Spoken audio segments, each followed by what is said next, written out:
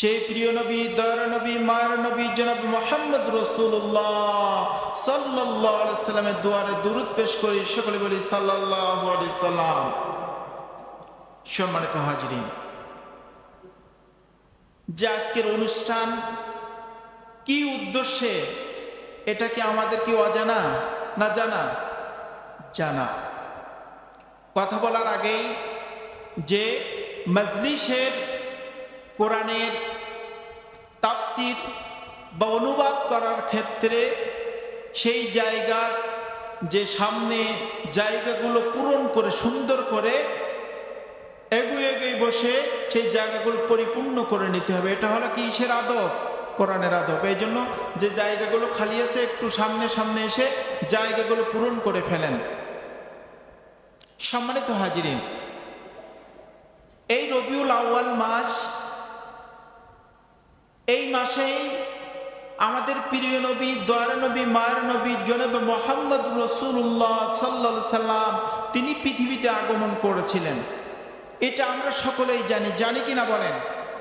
আজকের আমাদের অনুষ্ঠানের উদ্দেশ্য হলো রাসূলের মিলাদ এবং সিরাত সম্পর্কে জানা। তবে আমাদেরকে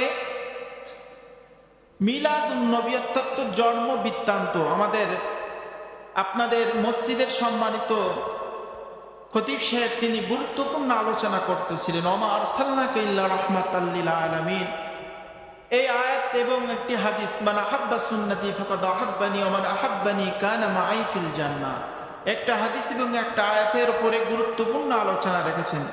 তিনি রহমত হিসেবে প্রেরিত হয়েছে এই পৃথিবীতে। কিন্তু যে রাসূল সাল্লাল্লাহু আলাইহি সাল্লাম আমাদের রোল মডেল, আমাদের তার উত্তম আদর্শকে আমাদের জীবনে, আমাদের পারিবারিক জীবনে, আমাদের সামাজিক জীবনে, রাষ্ট্রীয় জীবনে তার সুন্নাতকে কি বাস্তবায়ন করা লাগবে কি লাগবে না বলেন? লাগবে। এখন রাসূল সাল্লাল্লাহু আলাইহি সাল্লামের দুইজন চাচা মিলাদ এবং সিরাত দুইটা পালন করতে হবে। মিলাদ অর্থ জানা আর সিরাত অর্থ জানেন আপনারা, সেটা কি করতে হবে? সিরাত পালন করতে হবে। তাহলে আমাদেরকে জানতে হবে রাসূলের দুইজন চাচা তারা শুধু মিলাদের পক্ষে ছিলেন, আপনারা আবার ভুল বুঝবেন না। মিলাদের পক্ষে ছিলেন কিন্তু সিরাতের বিপক্ষে ছিলেন। কিন্তু আমরা তো এখানে সিরাতের বিপক্ষে কেউ আছি? কেউ কিন্তু নাই সিরাতের। কিন্তু রাসূলের দুইজন চাচা শুধু মিলাদের পক্ষে। আবু লাহাব আপন চাচা, এই আবু জেহেলের নামে কি কোনো সূরা নাজিল হয়েছে? কোনো সূরা নাজিল হয় নাই। নাজিল হয়েছে কার নামে? তার চাচার নামে। তাহলে রাসূলকে কতটা নির্যাতন করেছে, কতটা নিপীড়ন করেছে আবু লাহাব, তার নামে একটি সূরা নাজিল করে দিয়েছেন।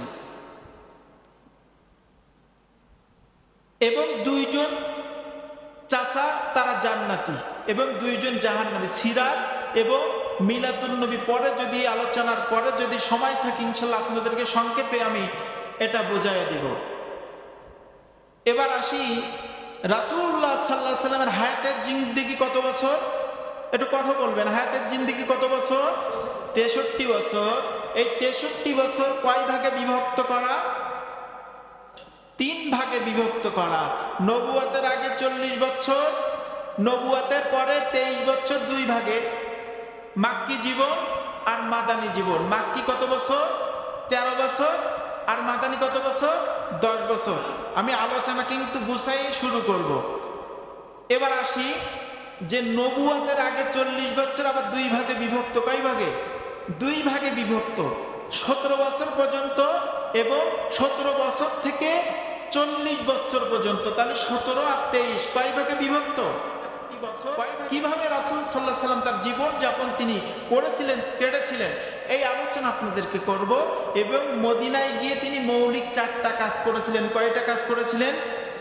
মদিনায় গিয়ে তিনি 4টা মৌলিক কাজ করেছিলেন। প্রথম, এই 4টা কাজ যদি কোনো রাষ্ট্রে বাস্তবায়ন হয় আল্লাহ রাব্বুল আলামিন সেই দেশের উপর তার রহমত, বরকত, করুণা তিনি ঢেলে দেন। সুবহানাল্লাহ বলবেন না?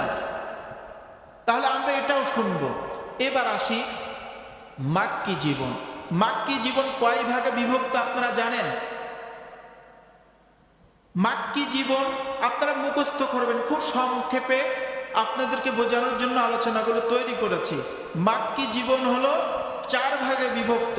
প্রথম নম্বর 3 বছর, প্রথম ভাগে কয় বছর? 3 বছর। তারপর দ্বিতীয় ভাগে কয় বছর? 2 বছর। তৃতীয় ভাগে 5 বছর এবং চতুর্থ ভাগে 3 বছর। তাহলে কত বছর হলো? এই 13 বছর। ইনশাল্লাহ আপনাদের ধারাবাহিক যদি ইনশাল্লাহ আলোচনা করে শোনাবো। ধৈর্য সহকারে আপনারা আলোচনাগুলো শুনবেন। ধৈর্য হারা হবেন কে কে? হাত তুলে। মাশাআল্লাহ, কেউ ধৈর্য হারা হবেন না। এই জন্য রাসূলুল্লাহ সাল্লাল্লাহু আলাইহি সাল্লামের এই মাক্কি জীবনের ইতিহাস সংক্ষেপে আমরা আলোচনাগুলো করব। তবে রাসূলুল্লাহ সাল্লাল্লাহু আলাইহি সাল্লামের জন্মের আগের অল্প একটু কাহিনী শুনে আমরা মূল আলোচনায় চলে যাব। যে রাসূলুল্লাহ সাল্লাল্লাহু আলাইহি সাল্লাম 571 খ্রিস্টাব্দে তিনি পৃথিবীতে আগমন করেছিলেন। এই বছরটাকে বলে হস্তি বছর। কি বছর? প্রথম হস্তি বছর। এই বছরে যে কাবা শরীফ আক্রমণ করার জন্য, ধ্বংস করে দেওয়ার জন্য কারা ছিলেন? কারা? আব্রাহার বাহিনী। তারা কাবাকে ধ্বংস করার জন্য আব্রাহার নামে সূরা ফিল, এই ইতিহাস সূরা ফিলের ভিতরে আল্লাহ তাআলা সুন্দর করে কোট করে দিয়েছেন। 570 খ্রিস্টাব্দে রাসূলুল্লাহ সাল্লাল্লাহু আলাইহি সাল্লাম জন্মের 50 থেকে 70 দিন আগে আব্রাহা কাবা ধ্বংস করতে এসেছিল। কাবা ধ্বংস করতে এসেছিল ইয়ামেন থেকে। কাবা ধ্বংস করার জন্য 70,000 বাহিনী নিয়ে তিনি রওনা দিলেন। কাবাকে ধ্বংস করে দিবেন। তিনি এই কাবার মতন, যে কাবায় হাজিরা হজ করতে যায়, তখন হজ করতেন উলঙ্গ হয়ে। কি করে? উলঙ্গ হয়ে হজ করতেন। তখন কাবার ভিতরে 360টি মূর্তি পূজা তার ভিতরে। তারা ল্যাংটা হয়ে হজ করতেন। আব্রাহা দেখলেন সবাই মক্কায় চলে যায়, আমার এখানে কিভাবে আনা যায়? তাহলে কাবার মতন একটি কাবা আমার এখানে তৈরি করতে হবে। সে তৈরি করে ফেললেন। আমি যে আলোচনা করতেছি সিরাত ইবনে হিশাম থেকে, সে একটি কাবা নির্মাণ করলো। কাবা নির্মাণ করার পরে হজের মৌসুমে এসে তার মানুষেরা, আব্রাহার সৈন্য বাহিনীরা তারা দাওয়াত দেওয়া শুরু করলো যে আপনারা আমাদের বাদশা যে কাবা তৈরি করেছে ইয়ামেনে, সেখানে আপনারা চলে আসেন, সেই কাবা তাওয়াফ করেন। কিন্তু যতই দাওয়াত দেয় ততই মানুষ আসল কাবার দিকে অগ্রসর হয়। অন্য একটি বর্ণনায় পাওয়া যায় যে মক্কার কুরাইশ বংশের কোনো একজন মানুষ তার কাবায় গিয়ে পায়খানা করে দেয়, এতে সে রাগান্বিত হয়ে যায়। সে সিদ্ধান্ত নিয়ে নিল যে কাবাকে আমি ধ্বংস করব। 70,000 বাহিনী নিয়ে তায়েফ থেকে একটু উত্তর সাইডে ওয়াদিয়া নামক জায়গায় 3 দিন অবস্থান করেছিলেন। এই 3 দিন তিনি পরিকল্পনা করতেছিলেন কিভাবে কাবাকে আমি ধ্বংস করব। এই ওয়াদি 3 দিন তিনি ছিলেন, পরিকল্পনা করতেছিলেন কিভাবে কাবাকে ধ্বংস করা যায়। তিনি প্রথম দিন 3 দিন অবস্থান করেছিলেন। তার প্রথম দিন তার বাহিনী জনাব মুহাম্মদ রাসূলুল্লাহ সাল্লাল্লাহু আলাইহি সাল্লামের দাদা আব্দুল মুত্তালিব, তিনি কাবার মুতালিব ছিলেন, খাদেম ছিলেন। তার যে উট দুম্বাগুলো ছিল, ভেড়াগুলো ছিল, আব্রাহার বাহিনী, সৈন্য বাহিনী সেই ভেড়াগুলো, উট দুম্বাগুলো সব ধরে নিয়ে গিয়েছে। আব্দুল মুত্তালিবের কাছে গিয়ে বলছে যে আপনার যে উটগুলো ছিল, আপনার ভাই বেরাদের যে উটগুলো ছিল, দুম্বাগুলো ছিল, এগুলো আব্রাহার বাহিনী ধরে নিয়ে গিয়েছে। সে কাবা ধ্বংস করার জন্য ওয়াদিয়ায় অবস্থান করছে।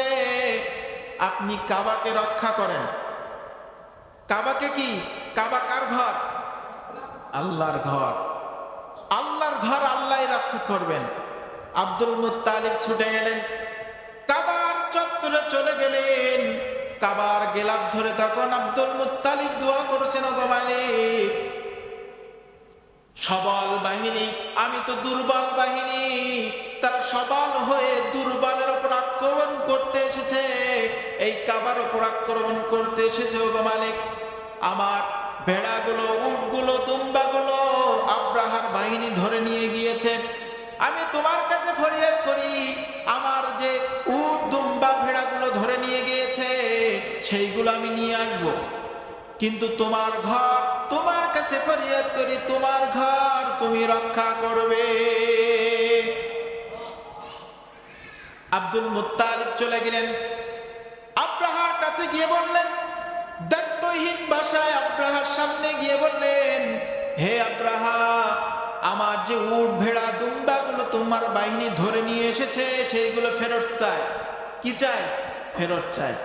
তখন আব্রাহা বলছে যে, আব্দুল মুত্তালিব, আমি জানতাম তুমি অনেক জ্ঞানী, বুদ্ধিমান, বুদ্ধিমত্তার সাথে তুমি কাজ করো, কিন্তু তুমি আসলে নাদান, বোকা। তোমার মতন বোকা আর এই পৃথিবীতে নাই। তোমার জিনিস যেগুলো আমি নিয়ে এসেছি সেগুলো তুমি রক্ষা করতে এসেছো, কিন্তু তোমার কাবা আমি যে ধ্বংস করতে এসেছি সেই কাবাকে কি তুমি রক্ষা করবে না? তখন আব্দুল মুত্তালিব দায়িত্বহীন ভাষায় বললেন যে, কাবা হলো আমার ঘর না, আমি কাবার খাদেম। আর যে উট, দুম্বা, ভেড়াগুলো আপনি ধরে নিয়ে এসেছেন এইগুলোর মালিক হলো আমি, এই জন্য এগুলো আমি আপনার কাছ থেকে নিতে এসেছি। কিন্তু যার ঘর আপনি আক্রমণ করতে এসেছেন সেই মালিক, সেই রব, সেই রিজিক দাতা, বিধান দাতা, আইন দাতা, তিনিই তার ঘর রক্ষা করবেন। আল্লাহু আকবার বলবেন না? এই সূরা ফিলের ভিতরে যে হস্তি বাহিনী, তার বাহিনীকে এমন ভাবে আবাবিল, ঝাঁকে ঝাঁকে পাখি দিয়ে পোড়া মাটি তাদের ওপর থেকে নিক্ষেপ করে এমন ভাবে পৃথিবী থেকে বিদায় করে দিয়েছেন, কাসফিম মাকুল। গরু ভুসি খাওয়ার পরে, লতাপাতা খাওয়ার পরে পিছনের সাইড দিয়ে যেভাবে বাইর হয়, ওটা কি চেনার উপায় আছে? কোনটা ভুসি, কোনটা কলার পাতা, কোনটা আমের পাতা, কোনটা ঘাস, কি বোঝার উপায় আছে? আল্লাহ রাব্বুল আলামিন আব্রাহার বাহিনীকে এমন ভাবে ধূলিসাৎ করে দিলেন যে কোনটা হাতি, কোনটা দুম্বা, কোনটা মানুষ চেনার উপায় ও আদিয়াই ছিল না। আল্লাহ রাব্বুল আলামিন করে দিয়েছিলেন। এবার আসেন যে মূল আলোচনা, যে আয়াতটি আমি তেলাওয়াত করেছি সূরা সাফের, ইউরিদুনা লিউতফিউ নূরাল্লাহি বিআফওয়াহিহিম ওয়াল্লাহু মুতিম্মু নূরিহি ওয়ালাউ কারিহাল কাফিরুন। আল্লাহ তাআলা বলছেন, আমার এই কোরআনটাকে যারা নিভিয়ে দিতে চায়, আমার এই আলোটাকে যারা নিভিয়ে দিতে চায়, ওরা জানে না, ওরা যতই এই আলোটাকে নিভিয়ে দিতে দেওয়ার চেষ্টা করবে, আমি এই আলোটাকে আরো উদ্ভাসিত করে তুলব। সুবহানাল্লাহ বলবেন না? এটা কাফেরদের অনেক অপছন্দ, তারপরেও আমি এই কোরআনের আলোটাকে সারা পৃথিবীতে, শুধু মক্কাতে নয় গোটা জগতে আলোয় আলোকিত করে দেব। সুবহানাল্লাহ বলবেন না? এবার আসি রাসূলুল্লাহ সাল্লাল্লাহু আলাইহি সাল্লামের জন্ম থেকে নবুয়াত পর্যন্ত 40 বছর বয়স পর্যন্ত তিনি একটি সংগঠন প্রতিষ্ঠিত করেছিলেন। সেই সংগঠনটির নাম কি? হেলফুল ফুদুল। এই সংগঠন তিনি প্রতিষ্ঠিত করেছিলেন। কেন করেছিলেন? তিনি তার বয়স যখন 15 থেকে 16 বছর, তখন হেলফুল ফিজা, দুষ্টদের যুদ্ধ সংগঠিত হয়েছিল। তখন অগণিত মানুষ, কুরাইশের মানুষেরা পৃথিবী থেকে বিদায় নিয়েছিল। তিনি চিন্তা ভাবনা করলেন যে এই অন্ধকারাচ্ছন্ন যুগে এদেরকে একটা সুন্দর সামাজিক সংগঠন তৈরি করতে হবে। এখান থেকে মানুষদেরকে দাওয়াত দিয়ে, হত্যা করো না, তোমরা মারামারি করো না, খুন খারাপি করো না, তোমরা জেনা ব্যভিচার করো না, অন্যায় করো না, জুলুম করো না, মানুষের টাকা আত্মসাৎ করো না। এই দাওয়াত তিনি কত বছর দিয়েছিলেন? কত বছর? 23 বছর। এই 23 বছর দাওয়াত দিয়ে কি কোনো কাজ হয়েছিল? হ্যাঁ, কাজ কি হয়েছিল? কাজ হয় নাই। বিরোধিতা কি হয়েছিল? বিরোধিতাও কিন্তু হয় নাই, বিরোধিতাও হয় নাই। বরঞ্চ আবু জেহেল, উতবা, সাইবা তারা বলেছিল, রাসূলকে আলামিন উপাধি দিয়েছিল, কতই না সম্মানজনক উপাধি দিয়েছিল। রাসূল সাল্লাল্লাহু আলাইহি সাল্লামকে তারা সাহায্য করতেন। 35 বছর বয়স যখন, তখন কাবা সংস্কারের একটি প্রয়োজন হয়। 35 বছর, তখন 34 বছর বয়সে কাবায় বন্যা হয়। এই বন্যায় কাবা ক্ষতিগ্রস্ত হয়ে যায় এবং 33 বছর বয়সে কাবায় আগুন লাগার কারণে কাবার দেওয়ালগুলো ফাটল ধরে যায়। এই জন্য কাবা সংস্কারের প্রয়োজন হয়। এই জন্য রাসূলুল্লাহ সাল্লাল্লাহু আলাইহি সাল্লাম 35 বছর বয়স, তখন কাবা সংস্কারের দাবি ওঠে। এই কাবা সংস্কারের নেতৃত্বে যিনি ছিলেন তার নাম কি জানেন? তার নাম কি জানেন আপনারা? ওয়ালিদ ইবনে মুগিরা। এই ওয়ালিদ ইবনে মুগিরা কি জানেন? এর সামনে সূরা কলমের ভিতরে আয়াত নাজিল হয়েছে, উতুল্লিম বাদা যালিকা জানিম। এই ওয়ালিদ বিন মুগিরা হলো পিতৃ পরিচয়হীন অবৈধ সন্তান, কিন্তু তিনি মসজিদে কাবা ঘরে তিনি নেতৃত্ব দিয়েছিলেন। কাবাকে প্রতিষ্ঠিত করার জন্য, কাবাকে সংস্কার করার জন্য তিনি নেতৃত্ব দিয়েছিলেন। তিনি বলেছিলেন যে এই কাবা হলো আল্লাহর ঘর, আমরা সুদ খাই, ঘুষ দেই, আমাদের টাকা, অনেক টাকা অসৎ, কিন্তু এই মসজিদে, এই কাবা ঘরে কোনো অসৎ টাকা এখানে ব্যবহার করা যাবে না। যদি করি তাহলে আল্লাহর গজব আবার আমাদের উপর নাজিল হতে পারে। এই জন্য 4 জন ব্যক্তি এই কাবা সংস্কারের দায়িত্ব নেয়। তারা কাবা সংস্কার করলেন। আবার তাদের ভিতরে গ্যাঞ্জাম সৃষ্টি হয়ে যায়, বিবাদ সৃষ্টি হয়ে যায় হাজরে আসওয়াদ পাথরটা নিয়ে। কোন কোন ক্ষেত্রে কুরাইশরা বলে যে আমরা এটা হাজরে আসাদ লাগাবো, অন্য ক্ষেত্রে বলে যে না, এটা আমরা লাগাবো, আমরা সম্মানিত। এইভাবে রাসূলুল্লাহ সাল্লাল্লাহু আলাইহি সাল্লাম বললেন, তিনি একটা মীমাংসিত কথা বললেন যে আগামীকাল মসজিদুল হারামে যে প্রথমেই প্রবেশ করবে সেই কথা বলবে যে এই কাজটা কিভাবে করা যায়, সে মীমাংসিত কথা বলবে। জনাব মুহাম্মদুর রাসূলুল্লাহ সাল্লাল্লাহু আলাইহি সাল্লাম দেখা গেল পরের দিন সবার আগে মসজিদুল হারামে রাসূলুল্লাহ সাল্লাল্লাহু আলাইহি সাল্লাম প্রবেশ করেছেন। এবার কাবার হাজরে আসাদ পাথর, একটা পাথর গ্যাঞ্জাম বেঁধে গেছে সকল গোত্রের মানুষেরা। রাসূলুল্লাহ সাল্লাল্লাহু আলাইহি সাল্লাম বললেন, ঠিক আছে, তোমরা একটা চাদর নিয়ে আসো। চাদর নিয়ে আসলেন। সবাই, সব গোত্রের লিডারদেরকে বললো যে চাদর সবাই চতুর্দিক থেকে তোমরা ধরো। এবার রাসূলুল্লাহ সাল্লাল্লাহু আলাইহি সাল্লাম হাজরে আসাদ পাথরটা দিয়ে চাদরে বসাই দিলেন। কোন কাফের স্পর্শ করতে পারে না হাজরে আসাদে। রাসূলুল্লাহ সাল্লাল্লাহু আলাইহি সাল্লাম এবার হাজরে আসাদ পাথরটা ওরা চাদরে করে নিয়ে যাচ্ছে। কাবার যেখানে হাজরে আসাদটা ফিট করা হবে সেখানে গিয়ে তারা রাখলো। আবার রাসূলুল্লাহ সাল্লাল্লাহু আলাইহি সাল্লাম হাজরে আসাদ পাথরটা নিয়ে আবার কাবার দেওয়ালে তিনি ফিট করে দিলেন। আল্লাহু আকবার বলবেন না? ওরা চেয়েছিল যে হাজরে আসাদ পাথর ওরা নিজেরাই লাগাবে, কিন্তু রাসূলুল্লাহ সাল্লাল্লাহু আলাইহি সাল্লাম এমন একটা নীতি অবলম্বন করলেন, সবাই খুশি। আবার পাথরটা কে লাগাইয়েছেন? কুরাইশ বংশের শ্রেষ্ঠ নবী, শ্রেষ্ঠ পয়গম্বর জনাবে মুহাম্মদ রাসূলুল্লাহ সাল্লাল্লাহু আলাইহি সাল্লাম। এবার আসি নবুয়ত। তাহলে মাক্কি জীবন কয় ভাগে বিভক্ত বলেন? 4 ভাগে বিভক্ত। রাসূলুল্লাহ সাল্লাল্লাহু আলাইহি সাল্লাম 40 বছর বয়সে তিনি নবুয়তের দায়িত্ব পেলেন। নবুয়তের দায়িত্ব পাওয়ার সঙ্গে সঙ্গে প্রথম 3 বছর, কয় বছর বলেছিলাম? প্রথম 3 বছর জনাবে মুহাম্মদুর রাসূলুল্লাহ সাল্লাল্লাহু আলাইহি সাল্লাম তিনি গোপনে দাওয়াত দিয়েছিলেন। কিসের দাওয়াত দিয়েছিলেন? গোপনে দাওয়াত দিয়েছিলেন, প্রকাশ্যে দাওয়াত তিনি দিতে পারেন নাই। তিনি গোপনে গোপনে দাওয়াত দিয়েছিলেন। তখন মক্কা নগরীতে 3টি বছর গোপনে দাওয়াত দেওয়ার কারণে বিরোধিতা কম হয়েছিল না বেশি হয়েছিল? না, প্রথম 3 বছর দাওয়াত গোপনে চলেছিল, বিরোধিতা প্রাথমিক পর্যায়ের বিরোধিতা ছিল। জনাব মুহাম্মদুর রাসূলুল্লাহ সাল্লাল্লাহু আলাইহি সাল্লাম 3টি বছর তিনি গোপনে দাওয়াত দিয়েছিলেন। তাহলে আমরা সংক্ষিপ্ত ইতিহাস আপনাদেরকে শোনাবো। প্রথম কয় বছর? 3 বছর। এই 3 বছর রাসূলুল্লাহ সাল্লাল্লাহু আলাইহি সাল্লাম কি প্রকাশ্যে দাওয়াত দিয়েছিলেন না গোপনে? গোপনে দাওয়াত দিয়েছিলেন। বিরোধিতা কি হয়েছিল? হয়েছিল, বিরোধিতা হয়েছিল, কিন্তু প্রাথমিক পর্যায়ের বিরোধিতা হয়েছিলেন। এবার আসেন দ্বিতীয় ভাগের কয় বছর? দ্বিতীয় ভাগের 2 বছর। এই 2 বছর নবুয়তের তৃতীয়তম বছর। জনাবে মুহাম্মদুর রাসূলুল্লাহ সাল্লাল্লাহু আলাইহি সাল্লাম কোরআনের দাওয়াত দেওয়া শুরু করলেন, রিসালাতের দাওয়াত দেওয়া শুরু করলেন। এই তৃতীয় বছর, নবুয়তের তৃতীয় বছরে উমর ফারুক রাদিয়াল্লাহু তাআলা আনহু ইসলামের ছায়াতলে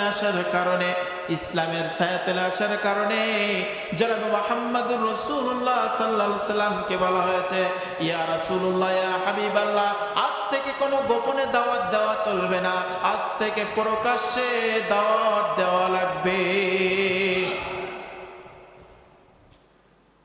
হযরত উমর ফারুক রাদিয়াল্লাহু তাআলা আনহু বললেন, ইয়া রাসূলুল্লাহ, ইয়া হাবিবাল্লাহ, আজ থেকে দাওয়াত চলবে না, আর আপনি অনুমতি দেন, আজকে আপনি কোরআনের দাওয়াত নিয়ে, কোরআনের তাকবীর নিয়ে আমি কাবা চত্বরে যেতে চাই। কোথায় যেতে চাই? কাবা চত্বরে যেতে চাই। কিছু সঙ্গীদের নিয়ে, কিছু সাহাবীদের নিয়ে, অরব্বাকা ফাকাব্বির, এই তাকবীর কার তাকবীর? আল্লাহু আকবার কার তাকবীর? দুনিয়ার শ্রেষ্ঠ তাকবীর, আল্লাহু আকবার। এই তাকবীর দেওয়া যখন শুরু করলেন, দেখলেন মিছিলের শুরুতেই প্রথমেই দাঁড়িয়েছেন কে? উমর ফারুক রাদিয়াল্লাহু তাআলা আনহু তাকবীর দিতে দিতে কাবার দিকে যখন অগ্রসর হওয়া শুরু করলেন, আবু জেহেল, উতবা, সাইবা ঘর থেকে উঁকি মেরে দেখলেন আজকে মিছিলের শুরুতেই আছে উমর ফারুক রাদিয়াল্লাহু তাআলা আনহু। কারোর সাহস নাই ওই মিছিলের সামনে এসে বাধা দেওয়া। জনাব মুহাম্মদুর রাসূলুল্লাহ সাল্লাল্লাহু আলাইহি সাল্লাম এই 2 বছর বিরোধিতা হয়েছিল ব্যাপক আকারে। যারা গরীব সাহাবী ছিলেন তাদের উপর নির্যাতন নিপীড়নটা বেশি হয়েছিল। তাদের উপর এতটাই নির্যাতন হয়েছিল, যারা গরীব সাহাবী ছিলেন, যারা গরীব খেটে খাওয়া যারা সাহাবী ছিলেন, তাদের উপর এতটাই নির্যাতন হয়েছিল। তারা যখন বাজারে যেত, বাজারে গেলে তাদেরকে মারতো, তাদেরকে নির্যাতন করতো, নিপীড়ন করতো। তারা যখন রাস্তায় বাইর হতো তাদেরকে অপমান করতো, অপদস্থ করতো, তাদেরকে মারধর করতো। তারা যদি ঘরের ভিতরেও যদি থাকতো, আবু জেহেল, উতবা, সাইবা, ওয়ালিদ বিন মুগিরার গোষ্ঠীরা তাদেরকে ঘর থেকে বাইর করে এনে তাদেরকে নির্যাতন করতো, নিপীড়ন করতো। নির্যাতনের স্টিম নুরাল তাদের উপর চালাতো। এটা কোন জামানের ইতিহাস বলছি? কোন জামানের ইতিহাস? সিরাত ইবনে হিশাম থেকে রাসূলুল্লাহ সাল্লাল্লাহু আলাইহি সাল্লামের মাক্কি জীবনের ইতিহাস। এই ইতিহাস কি পৃথিবীর কোন জায়গায় ঘটেছে কি ঘটে নাই? ঘটেছে। জনাব মুহাম্মদুর রাসূলুল্লাহ সাল্লাল্লাহু আলাইহি সাল্লাম সাহাবীদের উপর এতই নির্যাতন নিপীড়ন শুরু হলো। সাহাবীরা, গরীব সাহাবীরা, তাদের টাকা নাই, তাদের পয়সা নাই, তারা সমাজের কাছে ধিক্কৃত। এবং যারা ধনাঢ্য সাহাবী ছিলেন তাদের উপর একটা নির্যাতন হয়, আর যারা গরীব তাদের উপর আরেক প্রকার নির্যাতন হয়। বর্তমান সময়ে দেখবেন যারা ধনাঢ্য মুসলিম আছে তাদের উপর এক প্রকার নির্যাতন হয়, আর যারা খেটে খাওয়া মানুষ আছে, খেটে খাওয়া মুসলমান আছে, তাদের উপর নির্যাতন আর এক রকম হয় কিনা বলেন? দেখবেন একজন ধনাঢ্য ফ্যামিলির সন্তান অন্যায় করেছে, এই অন্যায় করার পরেও, প্রমাণিত হওয়ার পরেও সমাজের অনেক মানুষ আছে তারা মুখ ফুটে তারা কথা বলতে পারে না, তার বিরুদ্ধে কথা বলতে পারে না। কিন্তু একজন খেটে খাওয়া মানুষ, খেটে খাওয়া দিনমজুর মুসলমান, সে অন্যায় করে নাই, তাকে অন্যায় দোষ চাপানো হয়েছে, কিন্তু দেখা যায় তার উপর যে ঠিকভাবে হাঁটতে পারে না, কথা বলতে পারে না, সেও তার উপর চটে যায় কিনা বলেন? সেও চটে যায়। তার কারণে যে দুর্বল, এই জন্য দুর্বলের উপর আঘাতটা সবসময় কি বেশি আসে। এই জন্য সাহাবীদের উপর নির্যাতন নিপীড়ন, যারা গরিব সাহাবী তাদের উপর নির্যাতন নিপীড়ন একটু বেশি হওয়া শুরু করলো। সাহাবীরা চলে গেলেন, ইয়া রাসূলুল্লাহ, ইয়া হাবিবাল্লাহ, আমাদের উপর নির্যাতন নিপীড়ন এতটাই শুরু হয়েছে, ইয়া রাসূলুল্লাহ, ইয়া হাবিবাল্লাহ, এই নির্যাতন নিপীড়ন আমরা সহ্য করতে পারতেছি না। ইয়া রাসূলুল্লাহ, ইয়া হাবিবাল্লাহ, এই নির্যাতন আমরা সহ্য করতে পারছি না, আপনি একটি ফয়সালা দেন আমাদেরকে। ইয়া রাসূলুল্লাহ, ইয়া হাবিবাল্লাহ, তারা আমরা বাজারে যখন যাই, বাজারে গিয়ে আমাদেরকে অপদস্থ করে, আমাদেরকে নির্যাতন করে, নিপীড়ন করে, আমাদের নির্যাতনের স্টিম রোলার আমাদের উপর চালানো হয়। আমরা যখন রাস্তায় বাইর হয়, আমাদের উপর নির্যাতন করে, নিপীড়ন করে। ইয়া রাসূলুল্লাহ, ইয়া হাবিবাল্লাহ, আমরা যখন ঘরের ভিতরে অবস্থান করি, আমরা ঘরের ভিতরে যখন অবস্থান করি, তখন আমাদেরকে ঘরের ভিতর থেকে আমাদের জামার কলার ধরে, চুলের মোটা ধরে তারা টেনে হিঁচড়ে বাহির করে আমাদের উপর নির্যাতন করে, নিপীড়ন করে। ইয়া রাসূলুল্লাহ, ইয়া হাবিবাল্লাহ, এই নির্যাতন, এই নিপীড়ন আর সহ্য করতে পারছি না, আমাদেরকে আপনি ফয়সালা দেন, একটা ব্যবস্থা আপনি করে দেন। এই নির্যাতন বর্তমান সময় আছে কিনা নাই বলেন?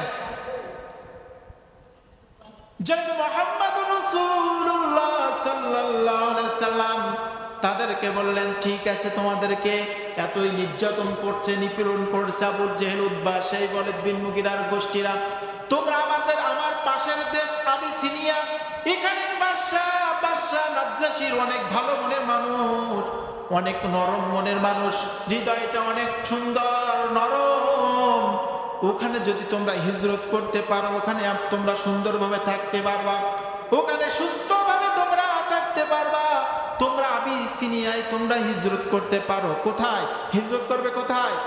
তাহলে হিজরত করেছিলেন কোথায়? এই হিজরত বলা যতটা সহজ, পালন করা কিন্তু অত্যন্ত কঠিন, অত্যন্ত কঠিন। হিজরত পালন করা অত্যন্ত কঠিন। আবিসিনিয়ায় প্রথম হিজরত করলেন কয়জন? 15 জন সাহাবী। কয়জন? 15 জন। 11 জন সাহাবী এবং 4 জন নারী সাহাবা। তারা কোথায় হিজরত করলেন? আবিসিনিয়ায়। এই 15 জন হিজরত করলেন। এই 15 জন যখন আবিসিনিয়ায় হিজরত করেছে, এই কথা চলে গিয়েছে তদানীন্তন সময়ের প্রেসিডেন্ট, মক্কার প্রেসিডেন্ট আবু জেহেল, তার কাছে এই কথা চলে গিয়েছে যে আমার এই মক্কা থেকে রাসূলুল্লাহ সাল্লাল্লাহু আলাইহি সাল্লামের 15 জন সাহাবা সাহাবী তারা আমার পাশের দেশ আবিসিনিয়ায় হিজরত করেছে। এই কথা কার কাছে চলে গিয়েছে? কেউ কথা বলবেন না? 15 জন কোথায় চলে গিয়েছে? আবিসিনিয়ায়। আবিসিনিয়ায় যখন চলে গিয়েছে, এই কথা শুনেছেন হলো আবু জেহেল। আবু জেহেল যখন শুনেছে মক্কায় যারা সাহাবী আছেন তাদের উপর নির্যাতন একটু কমবে না আর একটু বাড়বে? বলে নির্যাতন কিন্তু আরো বেড়ে যাবে। তার কারণ এরা আমার মক্কা থেকে ওরা আবিসিনিয়ায় গিয়ে আমার দেশটা তো নষ্ট করেছে, ধ্বংস করেছে। ওদের ভাষায়, আবু জেহেলের ভাষায়, ওরাও আবিসিনিয়ায় গিয়ে ওরাও ওই দেশটা ধ্বংস করবে, আমার দেশের ভাবমূর্তি ওরা ওখানে গিয়ে নষ্ট করবে। তাদের উপর নির্যাতন নিপীড়ন আরো বেশি শুরু হয়ে গেল, স্টিম রুলার আরো বেশি চালু করলো তাদের উপর। দ্বিতীয় ভাগে হিজরত করলেন আরো কিছু সাহাবী, আবিসিনিয়ায় হিজরত করলেন। হিজরতের সংখ্যা দাঁড়ালো কতজন? 101 জন সাহাবী হিজরত করেছেন। এবং তখন মক্কা নগরীতে অল্প কিছু সাহাবী থেকে গিয়েছিলেন।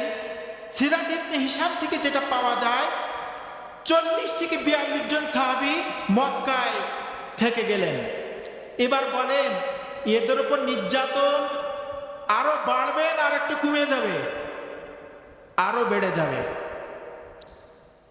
এবার আবু জেহেলের কাছে সংবাদ চলে গেল, দ্বিতীয় ধাপে আরো হিজরত করেছে। হিজরতের সংখ্যা দাঁড়ায়ছে 101 জন। আবু জেহেল রাগান্বিত, আমার দেশের ভাবমূর্তি, আমার দেশের ভাবমূর্তি বিদেশে গিয়ে নষ্ট করবে, ওদেরকে ওখান থেকে দেশে এনে তাদেরকে ফাঁসির কাস্টে ঝোলাতে হবে। এই পরিকল্পনা করেছেন কে? আবু জেহেল। এবার আবু জেহেল পরিকল্পনা করলেন যে 101 জন আবিসিনিয়ায় হিজরত করেছে তাদেরকে দেশে এনে তাদের উপর আবার নির্যাতন করা হবে, নিপীড়ন করা হবে। তাদেরকে দেশে না আনতে পারলে তো নির্যাতন করা যাবে না, নিপীড়ন করা যাবে না, ফাঁসির কাস্টে ঝোলানো যাবে না। তিনি আইন পাশ করলেন যে আবিসিনিয়া থেকে ওই 101 জন ওদেরকে ধরে নিয়ে আসো। আবু জেহেলের পক্ষ থেকে 2 জন আবু জেহেলের কর্মী, তাদেরকে পাঠানো হলো কোথায়? আবিসিনিয়ায়। এই 2 জন হলো আমর ইবনুল আস রাদিয়াল্লাহু তাআলা। তখনও তিনি ইসলাম গ্রহণ করেন নাই, বিশিষ্ট একজন সাহাবী আমর ইবনুল আস, তখনও তিনি ইসলামের দাওয়াত গ্রহণ করেন নাই। এবং তার সাথে আছে আবু জেহেলের ভাই। এই 2 জন তাদেরকে পাঠিয়ে দিলেন কোথায়? আবিসিনিয়ায়, তাদেরকে ফেরত আনার জন্য। আমর ইবনুল আস এবং আবু জেহেলের ভাই চলে গেল আবিসিনিয়ায়।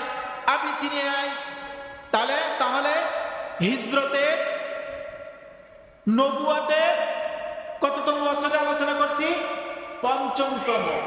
পঞ্চমতম বছর, নবুয়াতের পঞ্চমতম, দ্বিতীয় ধাপে দ্বিতীয়তম বছরের আলোচনা আমি করছি। আমর ইবনুল আস রাদিয়াল্লাহু তাআলা আনহু আর আবু জেহেলের ভাই চলে গেল আবিসিনিয়ায়। আবিসিনিয়ায় গিয়ে বাদশাহ নাজ্জাশীর দরবারে গিয়ে যে 101 জন সাহাবী তারা হিজরত করেছেন তাদের ভালো কথা বলবেন না মন্দ কথা বলবেন? বলেন। তাদের বিরুদ্ধে কিন্তু মন্দ কথা বলবেন, ভালো কথা কিন্তু বলবেন না, তাদের পক্ষে কথা বলবেন না। তারা চলে গেলেন বাদশাহ নাজ্জাশীর দরবারে। বাদশাহ নাজ্জাশীর দরবারে গিয়ে আবু জেহেলের ভাই বলছে, ওগো বাদশাহ, মক্কা থেকে আমাদের লিডার, আমাদের প্রেসিডেন্ট, আমাদের নেতা আবু জেহেল আমাদেরকে পাঠিয়েছে আপনার দরবারে। আপনাকে অনেক বেশি ভালোবাসে আমাদের প্রেসিডেন্ট আবু জেহেল, অনেক বেশি ভালোবাসে। কিন্তু কিছু দুষ্কৃত আপনার দেশে এসেছে, আমাদের দেশ থেকে, মক্কা থেকে 101 জন। তারা এতই খারাপ, এতই খারাপ। আমার দেশে সকল দলের মানুষেরা আছে, সকল শ্রেণীর মানুষেরা আছে, সকল পেশার মানুষেরা আছে। কারোর উপর নির্যাতন হয় না, কারোর উপর নিপীড়ন হয় না, কারোর উপর জুলুম হয় না, কারোর উপর অবিচার হয় না, অন্যায় হয় না। কিন্তু এরা এতই খারাপ, এরা আমার দেশে থাকতে পারে না। এ সত্য কথা না মিথ্যা কথা বলেন? বাদশাহ নাজ্জাশীর দরবারে তারা বর্ণনা করছে তারা এতই খারাপ যে আমার দেশে এরা থাকতে পারে না। এরা আমার দেশটা তো লুটিপুটে খাইছে, আমার দেশটা তো শেষ করে ফেলেছে। কিন্তু আপনার দেশটাকে আমরা অনেক ভালোবাসি, আপনাকে অনেক ভালোবাসি, আপনাকে অনেক ভালোবাসি বিধায় আপনার কাছে আমাদের নেতা পাঠিয়েছে। আমাদের দেশটা তো গোল্লাই দিয়েছে, কিন্তু আমরা চাই আপনার দেশটা যেন গোল্লাতে না পারে। পাম কতরা দিচ্ছে দেখেছেন? পাম কত প্রকার, কি কি? এরকম নেতা আছে কিনা নাই বলেন? এবার বাদশাহ নাজ্জাশীর দরবারে তারা বলছে, বাদশাহ নাজ্জাশীর কাছে বলছে, ওগো বাদশাহ, আমাদের লিডার আবু জেহেল আপনার জন্য কিছু হাদিয়া পাঠিয়েছে, এইগুলো আপনি গ্রহণ করেন। এই হাদিয়া ঘুষ নাকি? হাদিয়া ঘুষ। বাদশাহ নাজ্জাশীর এবার যে 101 জন মক্কা থেকে যারা হিজরত করেছিলেন আবিসিনিয়ায় তাদেরকে রাজ দরবারে ডাকা হলো, ডেকে নিয়ে আসো। রাজ দরবার তাদেরকে ডাকা হলো। এই 101 জনের নেতৃত্ব দিচ্ছিলেন, এই 101 জনের আমির ছিলেন, তিনি হলো জাফর বিন আবু তালিব। নাম কি? জাফর বিন আবু তালিব। আবু তালেবের সন্তান। কার সন্তান? আবু তালেবের সন্তান আলী রাদিয়াল্লাহু তাআলা আনহুর ভাই জাফর বিন আবু তালিব। এই 101 জনের নেতৃত্ব তিনি দিচ্ছিলেন।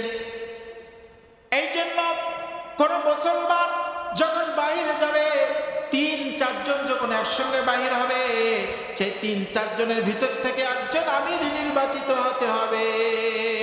এটা কার আদর্শ? কার আদর্শ? জনাব মুহাম্মদুর রাসূলুল্লাহ সাল্লাল্লাহু আলাইহি সাল্লাম তিনি মক্কায় রয়ে গেলেন, আবিসিনিয়ায় চলে গেলেন সাহাবীদেরকে ফেরত আনার জন্য। এবার ডাকলেন, জাফর বিন আবি তালিব চলে আসলেন। বাদশা নাজ্জাশী তার কাছে বর্ণনা করলেন যে তোমরা কিসের জন্য ওই মক্কা থেকে এখানে চলে এসেছো, বর্ণনা দাও। জাফর বিন আবু তালিব সব বর্ণনা দিলেন। বাদশার দরবারে বললেন, আমাদের উপর নির্যাতন, আমরা কালিমার দাওয়াত গ্রহণ করার কারণে, ইসলামের ছায়াতলে যাওয়ার কারণে, রাসূলের আদর্শ গ্রহণ করার কারণে, রাসূলকে নেতা হিসেবে মানার কারণে, আল্লাহকে রব হিসেবে মানার কারণে আবু জেহেল, উতবা, শাইবা, ওয়ালিদ বিন মুগীরার গোষ্ঠীরা আমাদেরকে নির্যাতন করে, নিপীড়ন করে দেশ থেকে বাইর হতে আমাদেরকে বাধ্য করেছে। ঠিক কিনা বলেন? বাধ্য করেছে। আমরা এমনি এমনি আবিসিনিয়ায় আমরা আসি নাই, আমাদেরকে দেশ ছাড়তে ওরা বাধ্য করেছে। জাফর বিন আবি তালিব এবার কুরআনুল কারীমের সূরা মারিয়ামের প্রথম 10টি আয়াত বাদশা নাজ্জাশীর দরবারে উপস্থাপন করলেন। এই 40 বছর বয়সে নবুয়তের দায়িত্ব পাওয়ার পরে 5 বছরের মাথায় রাষ্ট্রীয়ভাবে রাষ্ট্রের সরকারের কাছে কোরআনের দাওয়াত দেওয়ার সুযোগ পেয়েছে। সুবহানাল্লাহ বলবেন না? কাদের বিরোধিতার কারণে? কাদের বিরোধিতার কারণে? আবু জেহেলদের বিরোধিতার কারণে। যে আয়াতটা আমি তেলাওয়াত করেছি, ইরিদুনা লিইউতফিউ নূরাল্লাহ, ওরা চাইবে আমার আলোকে নিভিয়ে দিতে, কিন্তু আমি আল্লাহ রাব্বুল আলামিন এই কোরআনের আলোটাকে আমি উদ্ভাসিত করব। সুবহানাল্লাহ বলবেন না? ওরা চেয়েছিল মক্কা থেকে কোরআনকে নিভিয়ে দিতে, কিন্তু আমি আল্লাহ রাব্বুল আলামিন গোটা বিশ্বময় কোরআনকে আমি ছড়িয়ে দিয়েছি। জাফর বিন আবি তালিব তিনি এবার তেলাওয়াত শুরু করে দিলেন, সূরা মারিয়াম তেলাওয়াত শুরু করে দিলেন। 10টি আয়াত তেলাওয়াত করলেন। বাদশা নাজ্জাশীর দেখা গেল তার চোখ দিয়ে অঝরে টপ টপ করে পানি পড়ছে। আল্লাহু আকবার। বাদশা নাজ্জাশী তখন ডেকে বলে যে আমার জীবনে কত কিতাবের আমি তেলাওয়াত শুনেছি, কিন্তু আমার কোনোদিন আমার হৃদয়টা নরম হয় নাই, আমার অশ্রু দিয়ে কোনোদিন আমার অশ্রু বাইর হয় নাই।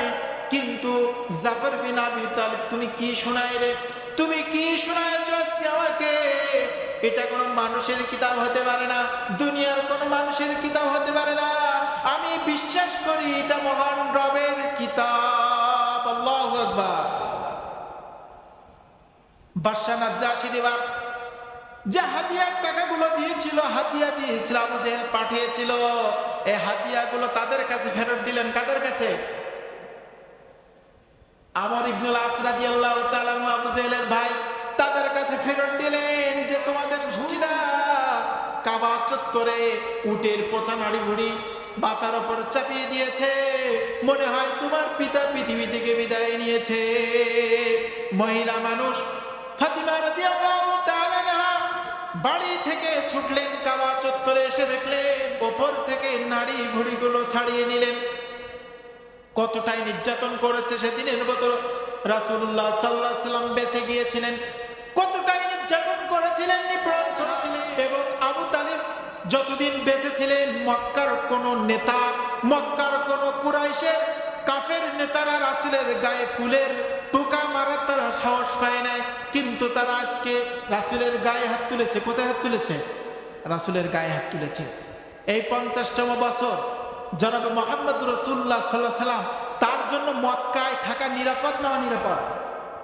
বলে তার জন্য অনিরাপদ। এই মক্কাতে কতজন সাহাবী বলছিলাম এতটাই নির্যাতন করে, নিপীড়ন করে, আমি এই মক্কায় আর থাকবো না, মক্কায় আর থাকবো না, আমার পাশের দেশ তায়েফে, ওখানে দাওয়াত নিয়ে যাব। তায়েফে অন্ধকার মানুষদেরকে আলোর দিকে ডাকার জন্য সেখানে কালিমার দাওয়াত নিয়ে আমি যাব সিদ্ধান্ত নিয়ে নিলেন। কোথায় যাবেন? কোথায় যাবেন? তায়েফে। তিনি দেখলেন তার দেশের মানুষেরা তার উপরে এতটাই নির্যাতন করছে, নিপীড়ন করছে, তার পক্ষে সম্ভব হচ্ছে না মক্কায় থাকা। তিনি তায়েফের উদ্দেশ্যে রওনা দিলেন। সঙ্গে নিলেন কাকে? পালক পুত্র যায়েদ রাদিয়াল্লাহু তাআলা আনহুকে। এই তায়েফে গিয়ে তিনি ছিলেন কয়দিন? 20 দিন। এই তায়েফে তিনি 20 দিন ছিলেন। 20 দিন কালেমার দাওয়াত দিয়েছিলেন, রিসালাতের দাওয়াত দিয়েছিলেন। কিন্তু মক্কার মানুষেরা, মক্কার বেদুইন কাফেরেরা জনাব মুহাম্মদুর রাসূলুল্লাহ সাল্লাল্লাহু আলাইহি সাল্লামের উপর নির্যাতন করেছে, নিপীড়ন করেছে, উটের নাড়ি ভুঁড়ি চাপাইয়ে দিয়েছে, ফাঁস লাগায়ে পৃথিবী থেকে বিদায় করে দেওয়ার জন্য চেষ্টা করেছে, কদ্দমুক্ত মাটি নিক্ষেপ করেছে, কিন্তু রাসূলকে রক্তাক্ত করি নাই। কি করি নাই? রক্তাক্ত করি নাই। কিন্তু তায়েফের মানুষেরা জনাব মুহাম্মদুর রাসূলুল্লাহ সাল্লাল্লাহু আলাইহি সাল্লাম তায়েফে গিয়ে যখন রিসালাতের দাওয়াত দিলেন, কালিমার দাওয়াত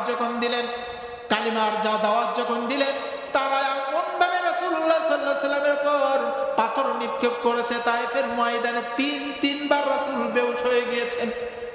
আল্লাহু আকবার বলবেন না? তিনবার তিনি বেহুশ হয়ে গিয়েছেন তায়েফের ময়দানে। এতটাই শরীর থেকে রক্ত ঝরেছিল যে পায়ে জুতার সাথে হয়ে গিয়েছিল। এতটাই নির্যাতন তারা করেছিলেন। এই 20 দিন তিনি তায়েফে ছিলেন। তাদের এতই নির্যাতন করেছে, নিপীড়ন করেছে, তিনি সিদ্ধান্ত নিয়ে নিলেন যে তায়েফে থাকা যাবে না। নির্যাতন করেছে, কবি বলেছেন, গণক বলেছেন, পাগল বলেছেন, আমার নাড়ি ভুঁড়ি চাপিয়ে দিয়েছে, গামছা টান মেরেছে, কদ্দমুক্ত মাটি মেরে দিয়েছে, তারপরেও তারা আমাকে রক্তাক্ত করি নাই। কিন্তু এই তায়েফের মানুষেরা, এই তায়েফের বেদুইন কাফেরেরা আমাকে রক্তাক্ত করেছে। এখন বলেন, মদিনায় যে আগের জীবন, তায়েফে যাওয়ার আগের জীবন এবং পরের জীবন কি এক হবে? মক্কার কাফেরেরা যখন শুনবে যে তায়েফে দাওয়াত দিতে গিয়ে তায়েফের কাফেরেরা জনাব মুহাম্মদ রাসূলুল্লাহ সাল্লামকে রক্ত ঝরিয়েছে, তাদের সাহসটা আরো বেড়ে যাবে না কমে যাবে? মক্কার কাফেরদের সাহস কিন্তু আরো বেড়ে যাবে। তিনি তায়েফের বর্ডারে চলে আসলেন। তায়েফের 50তম বছরে তায়েফের বর্ডারে চলে আসলেন। তিনি সিদ্ধান্ত নিয়ে নিলেন মক্কাতে যাবেন। কিন্তু কিভাবে যাবেন? এই মক্কার ওরা যদি জানে যে আমাকে রক্তাক্ত করেছে, ওরা তো আমাকে ছেড়ে দিবে না। তিনি কি করলেন? বর্তমান সময়ে রাজনৈতিক পরিভাষা, রাজনৈতিক কি ভাষা? পরিভাষা, রাজনৈতিক আচ্ছারায়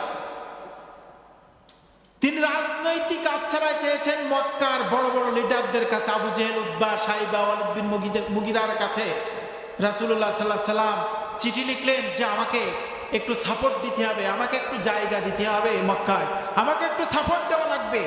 কোন নেতা রাসূলকে থাকার জায়গা তারা দিতে রাজি হয় না।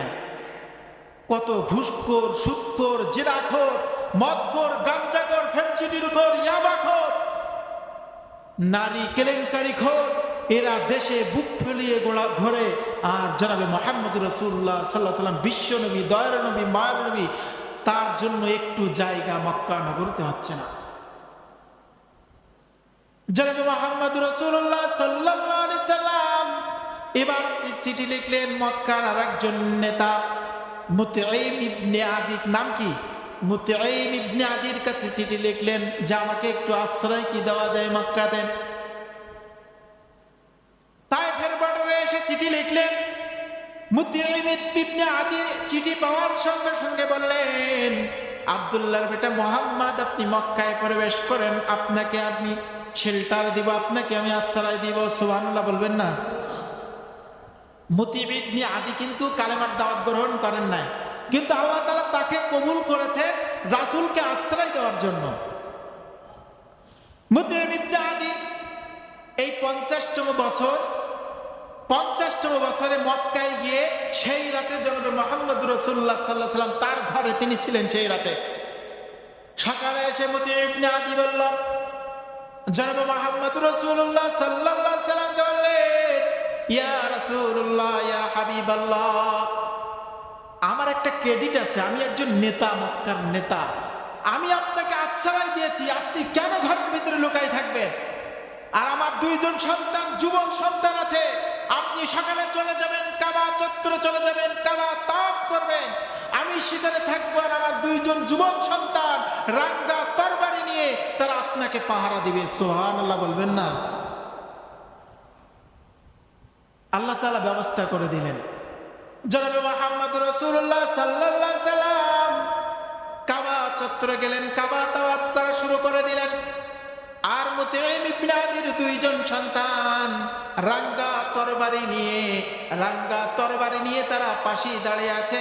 আর একটু দূরে মুতাইম ইবনে আদি তামাশা দেখছে যে মক্কার মানুষেরা কি করে, মুহাম্মদ রাসূলুল্লাহ সাল্লাল্লাহু আলাইহি সাল্লামের সাথে কি আচরণ করে, এটা তিনি দূর থেকে দেখবেন। মক্কার কাফিররা চলে আসলো, মুতাইম ইবনে আদিকে বলছে, হে মুতাইম, তুমি জনাব মুহাম্মদ রাসূলুল্লাহ সাল্লাল্লাহু আলাইহি সাল্লাম আব্দুল্লাহর বেটা মুহাম্মদকে যে আশ্রয় দিয়েছো, তুমি কি কালিমার দাওয়াত গ্রহণ করেছো? তিনি বললেন, না, আমি কালিমার দাওয়াত গ্রহণ করে নাই। এখান থেকে একটা শিক্ষা হলো, সেই সময় যারা বেদুইন ছিল তারা যদি কাউকে কথা দিতেন যে আমি তোমাকে কথা দিলাম, তোমাকে আশ্রয় দিব, তার জীবন যাবে, সব কিছু চলে যাবে, তারপরেও তার জীবন দিয়ে হলেও ওই ব্যক্তিকে রক্ষা করবেন। তাদের নীতি ছিল এটা। বর্তমান সময় ওই নীতিগুলো বর্তমান সময় যারা ইমানদার আছে তাদের ভিতরে নীতিগুলো নাই। ঠিক কিনা বলেন? মুতাইম ইবনে আদি জনাবে মুহাম্মদ রাসূলুল্লাহ সাল্লাল্লাহু আলাইহি সাল্লাম বদরের প্রান্তরে, বদর যুদ্ধের সময় ৭০ জন কাফের নিহত হয় আর ৭০ জন বন্দী হয়। এই বন্দীদের উদ্দেশ্যে জনাবে মুহাম্মদ রাসূলুল্লাহ সাল্লাল্লাহু আলাইহি সাল্লাম বলেছিলেন, আজকে যদি মুতাইম ইবনে আদি বেঁচে থাকতো, আজকে যদি মক্কার নেতা মুতাইম ইবনে আদি যদি বেঁচে থাকতো, আর মুতাইম ইবনে আদি যদি আজকে এসে বলতো যে আজকে মক্কার ৭০ জন মানুষকে ছেড়ে দেওয়া লাগবে, ইয়া রাসূলুল্লাহ, ইয়া হাবিবাল্লাহ, জনাবে মুহাম্মদ রাসূলুল্লাহ সাল্লাল্লাহু আলাইহি সাল্লাম বলছেন, আমি মুতাইম ইবনে আদির সম্মানে, তার কারণ মক্কায় যে সময় এমন একটা পরিস্থিতি ছিল, আমাকে কেউ জায়গা দিচ্ছিল না, এমন একটি সময় মুতাইম ইবনে আদি আমাকে আশ্রয় দিয়েছিল। আজকে যদি মুতাইম ইবনে আদি যদি বেঁচে থাকতো আর বলতে এই ৭০ জনকে ছেড়ে দিতে হবে, রব্বানা আতিনা ফিদ দুনিয়া হাসানাতাও ওয়া ফিল আখিরাতি হাসানাতাও ওয়া কিনা আযাবান নার, রব্বানা তাকাব্বাল মিন্না ইন্নাকা আনতাস সামিউল আলিম ওয়া তুব আলাইনা ইয়া মাওলানা ইন্নাকা আনতাত তাওয়াবুর রহিম। আয় আল্লাহ তাআলা, মাগরিবের পর থেকে আল্লাহ রাসূলের জীবন আদর্শ নিয়ে, মিলাদ নিয়ে, সিরাত নিয়ে আল্লাহ যাদের প্রতি দয়া করেছো, মায়া করেছো, মেহেরবান করেছো, এইসব বান্দাদেরকে তুমি তোমার ঘরে এনেছো আল্লাহ। কোরআন হাদিস থেকে যা কিছু আলোচনা করেছি আল্লাহ, এ থেকে যদি সব দিয়ে থাকো, ভুল ত্রুটিগুলো ক্ষমা করে দিয়ে সবটুকু কোটি কোটি গুণে বৃদ্ধি করে তুমি আগাই নামদার তাজদারি মদিনা মুহাম্মদ মুস্তাফা সাল্লাল্লাহু আলাইহি সাল্লামের রূহ মুবারকে পৌঁছিয়া দাও। তার প্রিয়তম সাহাবী, সাহাবাত, তাবেঈন, খুলাফায়ে রাশিদিন, সলফে সাদুর বসিয়েছে আল্লাহ, তাদের রুহের সবটুকু তুমি পৌঁছিয়া দাও, সংকীর্ণ কবরটাকে তুমি প্রশস্ত করে দাও আল্লাহ। এই অনুষ্ঠানকে আঞ্জাম দেওয়ার জন্য যারা পরিশ্রম করেছে, টাকা দিয়েছে, অর্থ কড়ি দিয়েছে আল্লাহ, আল্লাহ তাদের অর্থ কড়িকে তুমি কবুল করে নাও আল্লাহ। এই টাকার সবটুকু অনুষ্ঠানের সওয়াব আল্লাহ তাআলা তাদের পরিবার থেকে যে সকল সদস্য তোমার ডাকে সাড়া দিয়ে ওই অন্ধকার কবরে চলে গিয়েছে আল্লাহ, তাদের রুহে সবটুকু তুমি পৌঁছিয়া দাও, সংকীর্ণ কবরটাকে তুমি প্রশস্ত করে দাও, পরিবারের সকল সদস্যকে মাসুক নামাজি বানায় দাও, দিনদার পরহেজগার মুত্তাকিন হিসেবে তুমি কবুল করে নাও আল্লাহ তাআলা। আল্লাহ, এই জীবনটা গ্রামের যুবকদেরকে তুমি পাঁচ ওয়াক্ত নামাজি বানায় দাও আল্লাহ। রাত রাসূলের আদর্শ অনুযায়ী জীবন যাপন করার তৌফিক তুমি দান করে দাও। আল্লাহ যুবকদেরকে ইসলামের ভিতরে আল্লাহ প্রবেশ হওয়ার তৌফিক তুমি দান করে দাও, ইসলামের পথে থাকার তৌফিক তুমি দান করে দাও। আল্লাহ এই মসজিদ কিয়ামত পর্যন্ত আল্লাহ এই মসজিদকে তুমি কবুল করে নাও।